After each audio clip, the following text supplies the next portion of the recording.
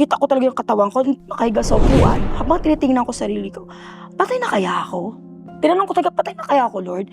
Basta nakita ko lang yung maliwanag. Maliwanag lang talaga. Alam mo yung busis niya, parang sakop buong mundo. Mahirap i-explain eh. Parang sinabi lang niya, gawin mo lang. Yung ipakita mo lang sa kanila. Sabihin sa akin, kaya mo yan, basta bumalik ka sa akin. Yun lang yung pakiusap niya, bumalik ka sa akin. Tapos yung pera ko, 20 pesos na lang talaga. 20 pesos na isa. In-snatch pa yung cellphone ko. Tinaya ko na lang taga sa mundo yun. Yun na lang yung taga last alas ko. Tapos nanalo ako ng 5 numbers. Sinawagan ako ng agency, mag-flight ka na. Lahat bumalik. Nanalo kayo sa loto? Yes. Magkano na panalunan yun? Sa ano pa yun, nung time na yun, 20,000. Wow. Ano yun? Okay, may anak talaga siya. Totoo yung may anak siya. Ang dami niyang kamot sa tiyan. O sige, pakita mo yung tiyan mo kung wala kang kamot, gago ka. O sige, amunin mo ako ngayon. Ha? Ako nananahimik kasi ako.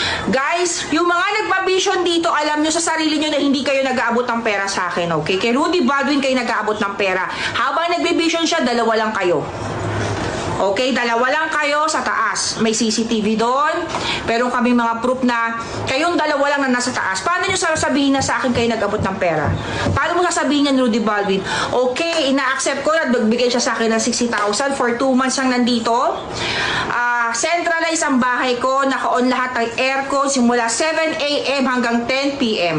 24/7. 24/7. Pagkatapos pa niya mag-vision, papahinga siya. Diba? Naka-public na, Z. Diba? Ang daming marites talaga dito sa wall ko. So, sa nagsasabi na, ako pa yun ang gamit kay Rudy Baldwin, hello. Actually, sinabi pa niya sa akin to, ha. Nakikita ko dito sa Bulacan, pagpasok ko napakagaan.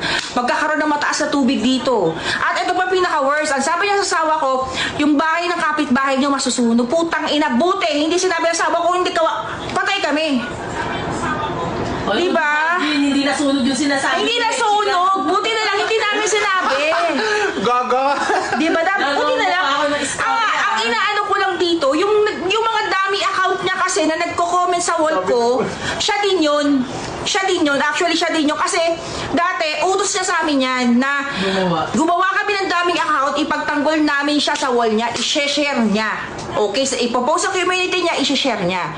Ganon yung nangyari noon. Live interruption. Diba? May nag-report. O sige, tutuloy ko pa rin. Kahit i-report nyo, tutuloy ko to.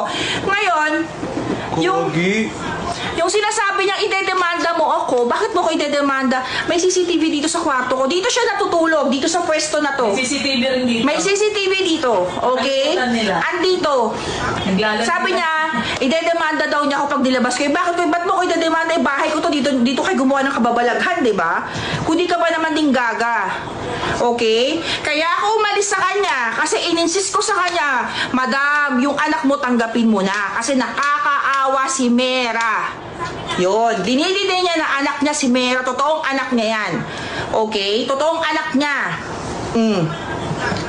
Kaya ang nakakaano lang, parang lumalabas kasi na Mera kami sa kanya. Pinerahan namin siya. Ugok ka, Rudy. Alam mo, ako inuuto dito. Ako inuuto nyo. Tulpo na yun. Diba? Huwag ka masyado, yung sinasabi mong demanda, Diyos ko, demanda mo sarili mo, gago. Ako pa ba matatakot sa'yo? Eh, dami kong alam sa sikreto mo. Hindi sana ako magsasalita, pero naririndi namin nag-PM sa akin. Alam mo kung pagkakaperahan niya, sasagutin ko kayo. Hindi chismis lang eh. Diba? May inutos pa sa amin yan. Eto ha, ang gusto niya dati, si Jay Costura, hindi niya alam magkaibigan. Sabi ko, kaibigan ko si Jay Costura. Ang gusto niya, siraan ko si Jay. Hindi ko ginawa. Diba? Tapos eto pa si Mamu. Si Mamu gusto niya magpadala ko ng tao doon para malaman kung paano siya mag-vision. No, tama ba? Di ba ingitera ka, Rudy? Diba? Ingitera ka, Rudy. Pati si Mamu nananahimik. Diba? Ganun na ka walang iya. Tapos tatakutin mo ako, idedemanda mo. Ano idedemanda mo sa akin? Magagamit ang pangalan ng iba. Pangalan ko Elson, hindi Bonita. Okay? Isa lang ang tumatawag sa akin Bonita, si Rudy Baldwin lang. Kasi ginawa ko siyang nick kasi natuwa ko sa pangalan ng pamangkin ko. Tawag ko sa kanya is Bonita. Kaya Bonita, ginalaga ko Bonita Pascual. Yun ang ginawa kong nick. Pero pangalan ko po, nakakilala sa akin dito sa lugar namin talaga. Elzen or Zen. Zen talaga. Okay? Hindi Bonita. Hindi na rin niya kasi mabanggit yung Elsen kasi tigas ng mukha niya yung dila niya. Diba? Ganon siya katigas. Yung sinasabi mo, inagaw ko yung page mo, paano ko inagaw? Tinulungan pa nga kita ma-retrieve yan, di ba? Dapat burado na yan, dapat hindi ka na nakakapag-vision ngayon sa page mo. Sabi, kaya ako hinaid yung page mo dati. Ano sabi ko, madam, huwag ka muna mag-vision kasi pandemic. Nakakaawa yung mga taong nagpapanik sa vision mo. Wala ka nang ginawa kundi mag-vision ng mga ewan ko saan mo nakukuha. Puro negative. O, ano ginawa mo? Diba? Gumawa ka na agad ng eksena na... Binagbintangan Gumawa ka ng eksena, pinagbintangan mo ko na gusto ko angkinin yung page mo. Eh, gagawin ko sa page mo, magkakapera ba ako ng hayop ka?